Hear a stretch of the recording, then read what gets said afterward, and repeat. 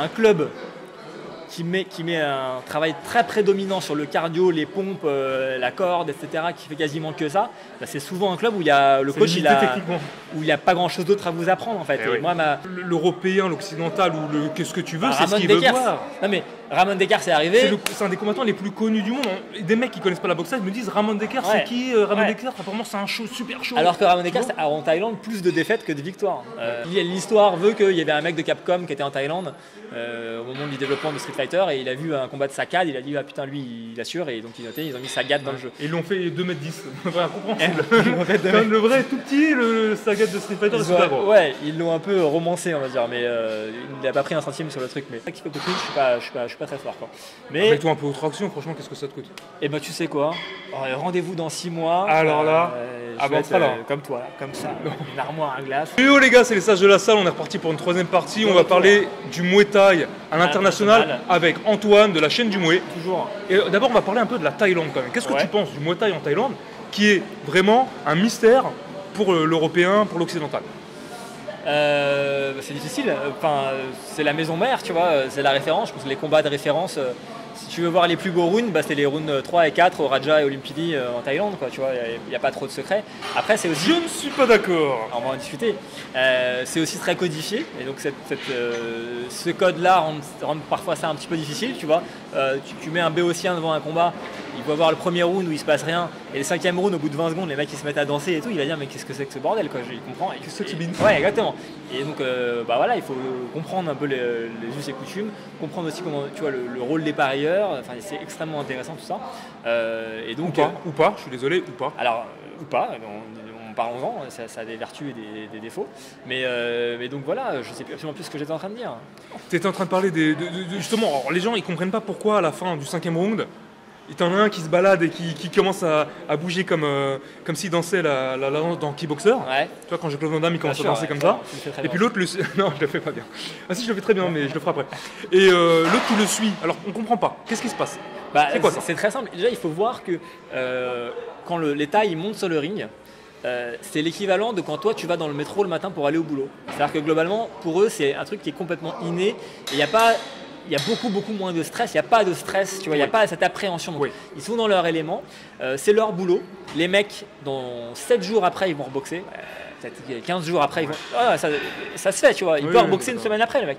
Donc il y a un moment où le mec qui a gagné, il sait qu'il a gagné, le mec qui a perdu, il sait qu'il a perdu, les parieurs, c'est réglé, ils sont déjà en train de se mettre les billets, etc. Donc il y a un moment où le mec qui a perdu, il voit qu'il ne va pas le mettre KO. Donc après, il peut y avoir des cas où le mec, jusqu'à la cloche du 5e round, il va se déchirer parce qu'il veut gagner, parce que c'est important pour plein de raisons. Mais ça n'arrive pratiquement jamais. Ça arrive sur des combats importants, il y a des paris, machin, ça peut arriver. Mais la plupart du temps, c'est un circuit taille, les mecs combattent tellement régulièrement. Vous voyez les mecs à l'UFC, ils combattent 1 fois par an, 2 fois par an. Ça dort quoi. En Thaïlande, les mecs peuvent boxer toutes les semaines, toutes les 2 semaines. Donc le gars, il se préserve pour son combat d'après. Il a perdu, pas de problème. Rendez-vous dans 2 semaines et on s'y remet. Donc il y a une notion de préservation. 5e round, le combat va pas changer, il n'y aura pas de changement de résultat. Je vais pas le mettre KO. Si je me fais pas mettre KO, c'est bien. Si je me blesse pas, c'est bien. Donc je tape ton gant, c'est terminé. On fait une petite danse. Et rideau, combat d'après, tu vois, c'est vraiment cette notion. Ça, je trouve ça super bien. Moi, un truc qui saoule les aficionados de la boxe anglaise et du MMA, c'est justement que les mecs s'affrontent jamais. Ah bah bien sûr, bien sûr. Et si on les voyait s'affronter plus souvent, on serait beaucoup. C'est un peu comme le foot. Bon, le foot, ils font des matchs tout le temps, les mecs. Ouais. Tu vois en Thaïlande, ça qui est génial, c'est que ça rigole pas, quoi. Tu peux avoir un gars là en province. Ça arrivait récemment, je sais plus quel combat c'était. Il y avait Roteng et je sais plus que c'était ou Seksan, je sais plus. Mais bref, ils font un combat hors stadium. Le combat plaît pas, donne pas un résultat, ils se sont pas déchirés. Boum, allez 15 jours après, c'est au Raja et maintenant vous allez vous déchirer, tu vois. Et ouais, ça enchaîne. Les gars, ils boxent. Et c'est pas pour rien que les mecs à tu vois, moins de 30 ans, ils ont 300 combats, quoi. C'est ça, ils ont enchaîné depuis qu'ils sont petits et donc le rythme est effréné. Donc c'est vraiment cet aspect de conservation. Se conserver, se préserver, préservation plutôt, qui fait qu'au 5e round, voilà, t'as perdu, tu laisses filer, quoi. Puis le round il va durer 2 minutes, puis après voilà, c'est fini, tu vois. Alors pourquoi je disais que j'étais pas d'accord? Moi alors comme je t'ai dit, j'habitais en Thaïlande pendant longtemps, et je peux te dire que maintenant le jeune Thaï, qu'il soit fille ou garçon, s'intéresse pas forcément au combat du Lumpini du Raja. Alors, il s'intéresse plus au foot, et s'il regarde la boxe, il va regarder le Thai Fight et le Max Muay Thai. Il veut que ça, même le Thaïlandais, alors je t'explique, même le jeune Thaï, il va se déchirer, il veut que les mecs se déchirent, des grosses bagarres, il rigole, il boit des bières avec ses potes. Alors, t'as aussi l'aspect nationaliste, le TIE Fight, c'est les tailles qui déchirent des étrangers, tu vois. C'était un peu moins le cas au début, mais maintenant, tu vois, le TIE Fight présente plus un intérêt monstrueux pour vraiment ceux qui aiment le Muay Thai. Donc, oui, je pense que effectivement, alors, je peux pas parler au nom de la jeunesse, tu vois, thaïlandaise parce que c'est pour ça que je te le dis. Ouais. Donc, ok, je pense qu'il y a quand même un attrait pour la boxe. Malgré tout, t'as quand même de la boxe toutes les chaînes tous les soirs à la télé. Donc, ok, peut-être qu'il vaut préférer le Thai Fight ou le Max Muay Thai, parce que effectivement, ça se déchire bien. Ou la TV7 aussi. La TV7, c'est assez dur. Maintenant, on a plein de nouveaux, des super champs, t'as plein de trucs, nouveaux trucs. Ouais, après, Extreme Muay Thai. TV7, tu vois, c'est quand même. Le niveau est bon. Ouais, et puis ça existe pleinement. Mais oui, t'as plein de petites organisations. Après, oui, je pense qu'ils arrivent avec des formats peut-être moins de clinch ou parfois en 3x3 qui peuvent séduire. J'aime beaucoup le 3x3, moi. Moi pas, mais bon, voilà. Je pense que malgré tout, le lieu de référence, ça reste les grands stadiums thaïlandais. Tu vois, ça reste Omnoi, Lumpini, Raja. Je ne sais pas. Bah si, ne serait-ce que, enfin, tu vois, là où sont les plus forts, c'est là. Donc, là où sont les meilleurs, effectivement, mécaniquement, ils sont là. Et bon, il y a un boxeur que moi j'ai connu quand je me suis entraîné en 2018, c'était Satan Manglek. Je connais pas. C'est un tout petit poids, il fait dans les 50, mais il est très offensif. C'est un Muay-Thai, un gaucher. Quand on voit middle, coup de genou, que du gauche, en fait, il fait que rentrer dedans. Ouais. Et lui, il plaît beaucoup.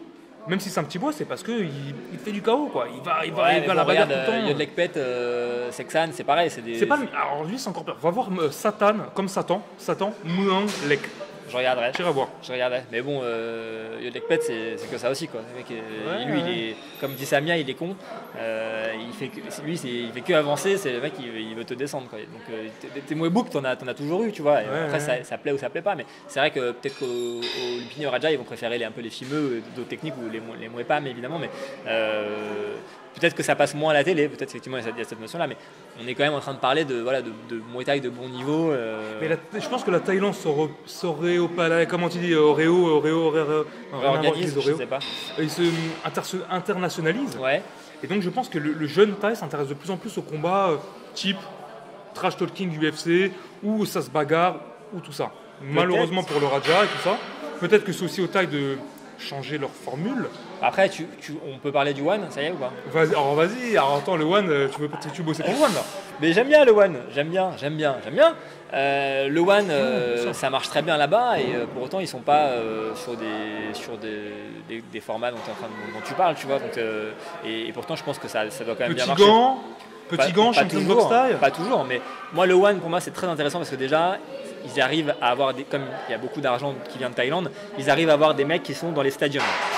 Ce qui n'est pas le cas des autres organisations où tu peux les avoir sur One Shot, etc. Là non, le mec il peut avoir sa ceinture dans un stadium, il peut combattre régulièrement au One. Et du coup là tu as des vraies oppositions entre les meilleurs occidentaux et les meilleurs Thaïs. Et donc ça, ce circuit-là où ils combattent aussi très régulièrement, c'est génial, tu vois. C'est génial et tu vois à mon avis des très beaux combats. Ensuite, les petits gants, je pense que le One, ils ont voulu un peu plus de spectacle, peut-être limiter un peu le clinch, favoriser un peu l'anglaise. Oui. Pour autant, tu as aussi des gros gants, hein, c'est pas que les petits gants. Et donc, tu as quand même des combats qui sont assez proches de ce que tu peux voir en stadium. Alors évidemment, la surface est parfois beaucoup plus grande. On va en parler, la cage diffère énormément du ring, hein. Moi, je trouve, au niveau des... Tu vois que les mecs se déplacent beaucoup plus façon kickboxing MMA dans la cage. C'est plus la superficie que la structure, je pense que c'est très grand. Donc, apparemment, la cage permet vraiment de pouvoir t'enfuir des deux côtés, alors que le ring te bloque un moment si tu es dans le coin du ring. Alors, effectivement, je pense que mécaniquement, l'octogone, enfin les angles sont moins fermés, donc tu as plus tendance à pouvoir te glisser parce que tu n'es pas retenu par les cordes. Les kickers sont moins efficaces, on va dire. Ah bah je sais pas parce que les kickers sont toujours plutôt plus mobiles donc je suis pas trop sûr de ça. Après de toute façon en Muay Thai normalement t'es plutôt censé sortir sur le côté de la jambe avant de l'adversaire. Il y a une vidéo là-dessus d'ailleurs que vous pouvez aller voir. Évidemment. Mais je pense qu'effectivement il y a plus de place et ils sont effectivement un peu moins fermés par les cordes et donc ils peuvent un peu plus se déplacer. Maintenant oui ça doit changer un petit peu mais tu vois que des boxeurs qui mettent beaucoup la pression, genre Rod Teng, quand il veut te coincer, il finit par te coincer quand même, quoi, tu vois. Mais c'est plus dur, j'ai l'impression. C'est peut-être un peu plus dur, mais bon, j'ai vu des combats, je sais plus qui c'était, entre je crois que c'était un Algérien qui a battu un... Brice Delval contre Dong Ho. Non, c'est un autre combat. Je suis même pas sûr s'il a gagné. Et c'était un mec qui était très in and out, qui rentrait avec des techniques un peu de MMA, tu sais, des coups de pied bizarres. Ah non, mais tu vas me parler de Mamouzi. Ouais, qui a battu qui déjà l'homme il a battu plein. Elias Marcondi, il a fait. Son style, je suis désolé, mais sur un ring, ça serait pas pareil pour moi. Tu peux pas rentrer, avoir autant de distance, autant de déplacement. Elias, il a toujours été quand même assez aérien. Il a une boxe, tu vois. Ça marche très bien dans la cage. Ouais, ça marche. Il s'épanouit très bien dans la cage, mais ça marche aussi sur les rings. D'accord. Tu vois boxer sur les rings, il le fait très bien aussi, quoi. Okay. Donc oui, ça va changer un petit peu. Honnêtement, quand tu vois les performances que font les tailles justement One dans ce format-là, tu vois que ça les change pas non plus du tout. Moi, ce que je trouve très fort avec le One, c'est que du coup, ils ont amené le MMA. Donc c'est là où je te rejoins pas, c'est qu'ils arrivent à avoir du MMA, du kick et du muay. Donc tu vois, kick et muay, c'est quand même assez proche. Ils arrivent à avoir vraiment les deux séparés, en plus du MMA. Ils arrivent à maintenir un rythme de combat, des organisations régulières où il y a de l'intérêt pour toutes les fight cards et où tout le monde s'y retrouve. Donc c'est bien la preuve que les deux peuvent cohabiter, tu vois, sinon il ferait que du MMA. Dans l'histoire, on a eu ce genre de format d'organisation, c'était le Inoki Bambaye et le Pride FC à l'époque. Ouais. Les deux ont fermé quand même. Ouais, alors après ils ont quand même eu leur belle époque. Ils ont eu leur belle époque, ouais. Après le Pride, je suis pas sûr, mais je crois qu'il y a des histoires de gros sous aussi, où il y a des problèmes d'argent. Ils ont fait la moitié du catch avec. Ouais, après ils sont un peu perdus. Là, je sais pas, ça a l'air quand même bien foutu le One, enfin, je trouve que ça tient très bien la route. L'avenir du One, ça serait quoi alors pour toi? L'avenir du One. Tu vas bosser pour le One bientôt? Non, tu m'as dit TF1. Je peux pas tout faire, au bout d'un moment je peux tout faire. T'as raison, ouais.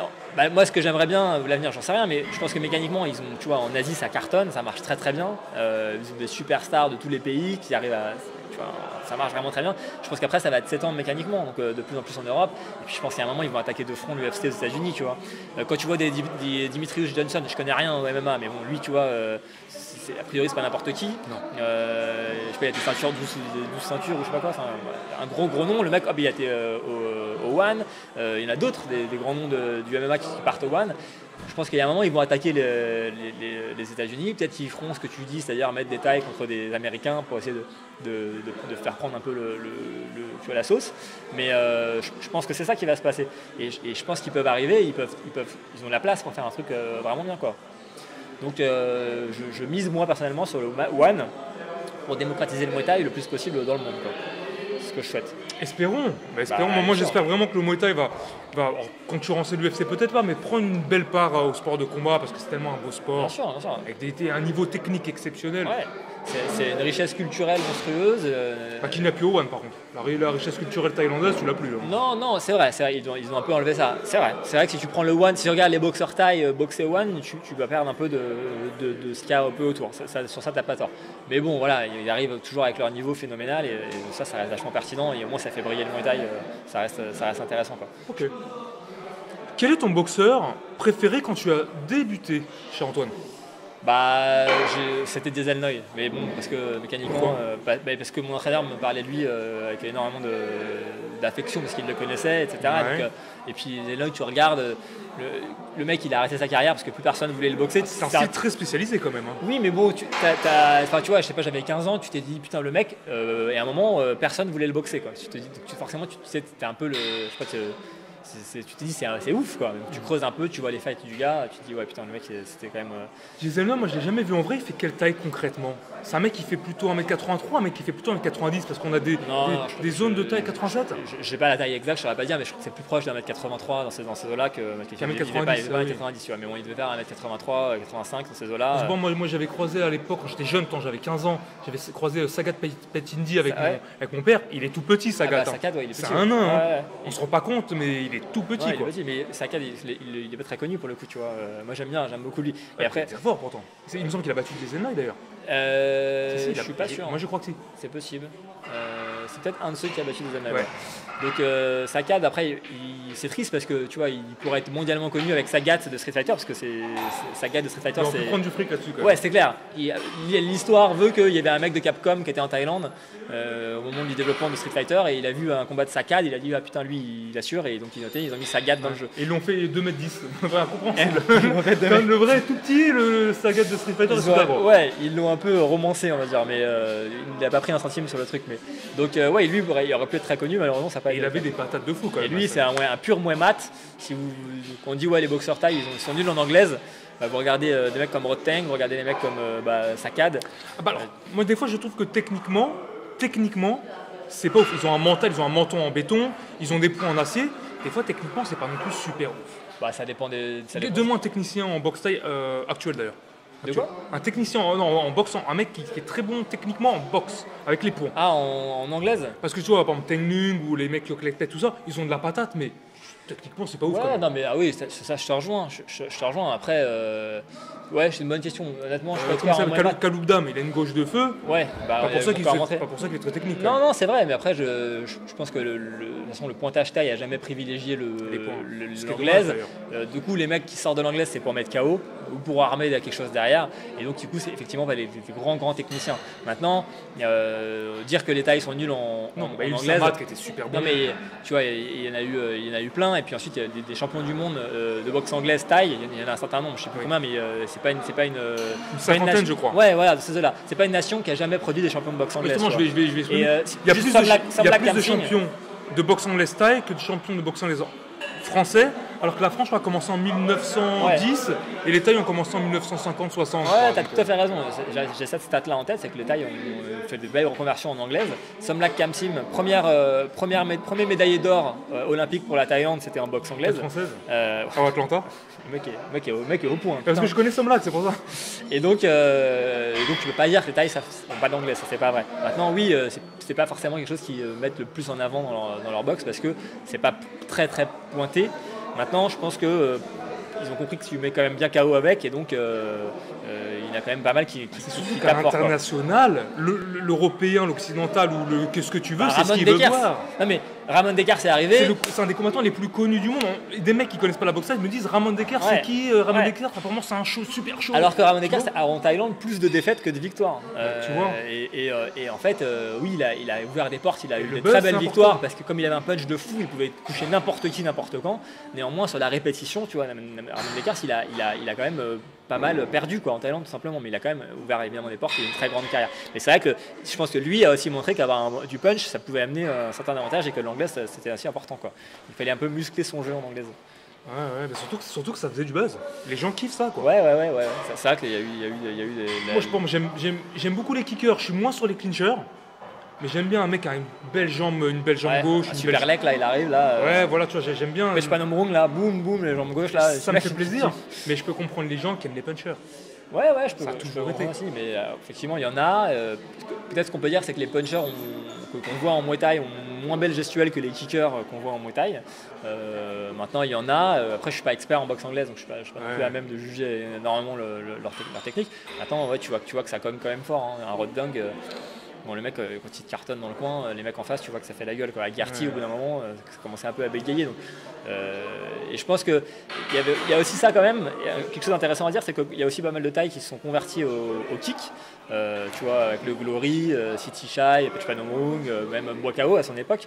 Et du coup, il y a quand même eu la démarche de dire on va faire du kick, du coup, il faut muscler notre jeu en anglaise. Et c'est là où ils ont commencé aussi à faire venir des coachs de boxe anglaise et à vraiment travailler leur anglaise pour pouvoir performer en kickboxing. Donc il y avait quand même cette perception-là. Ils ont fait venir des coachs étrangers. Ouais, ça se fait. Je ne sais pas te dire là, mais je sais qu'il y a déjà des coachs d'anglaise connus qui sont été dans des camps pour s'occuper un peu de boxeurs. Ça s'est fait et ça se fait encore. Quoi. Okay.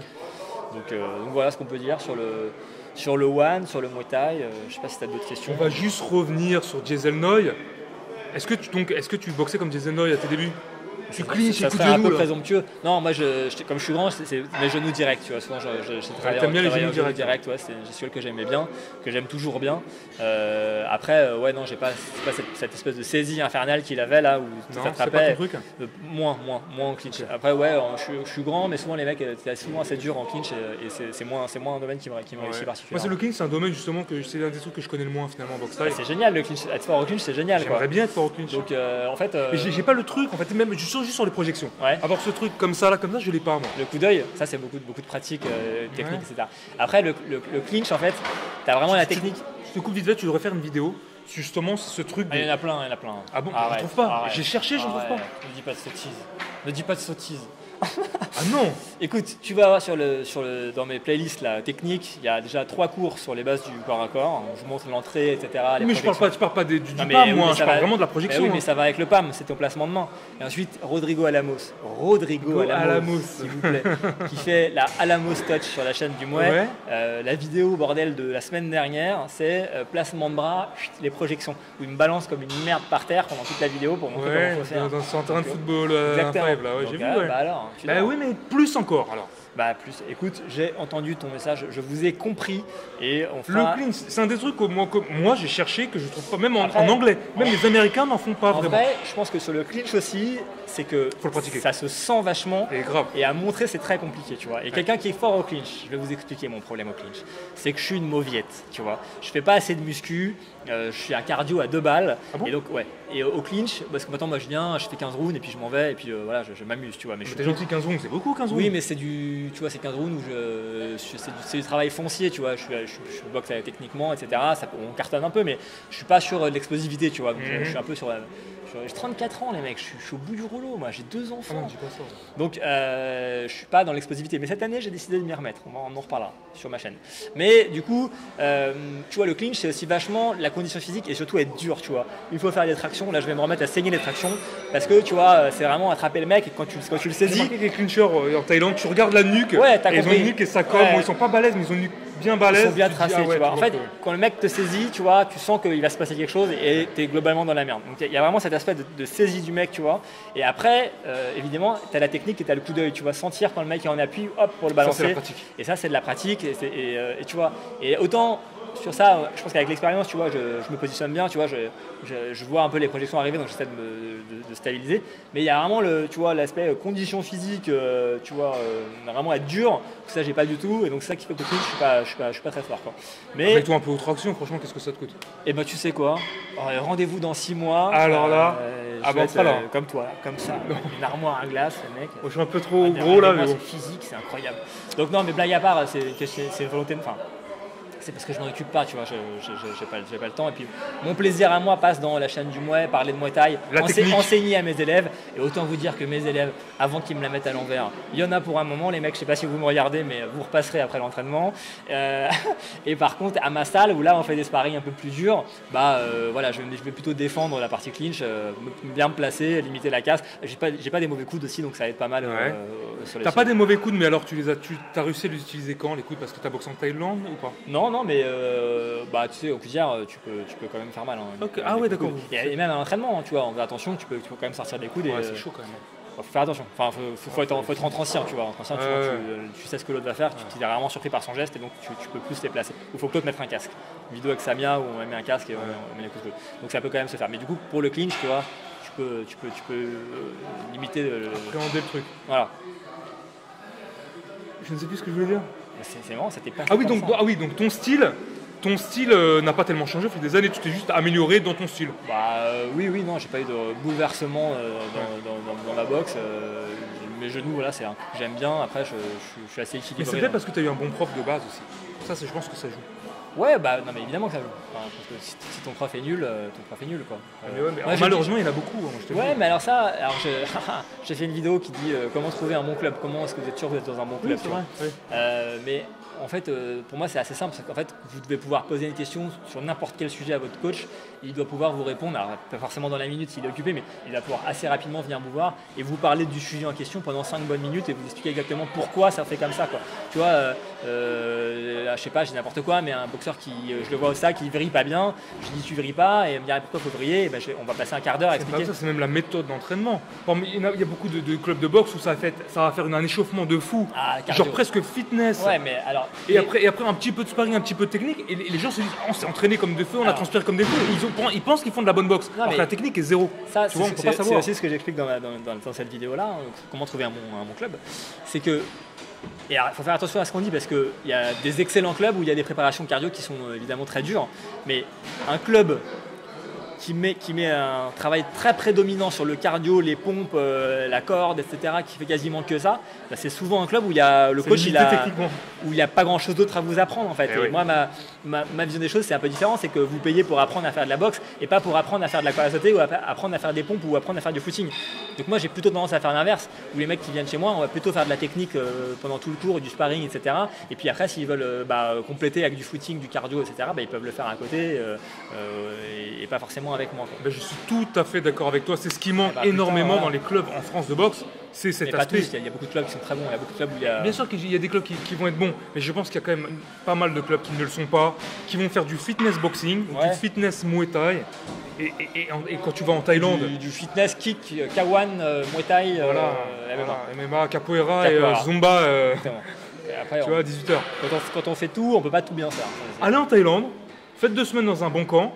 Vous revenez en France, vous allez voir tout de suite c'est quoi du bon Muay Thai ou du mauvais Muay Thai. Okay, et puis je vous conseille d'aller dans ton club qui est le Sampalang.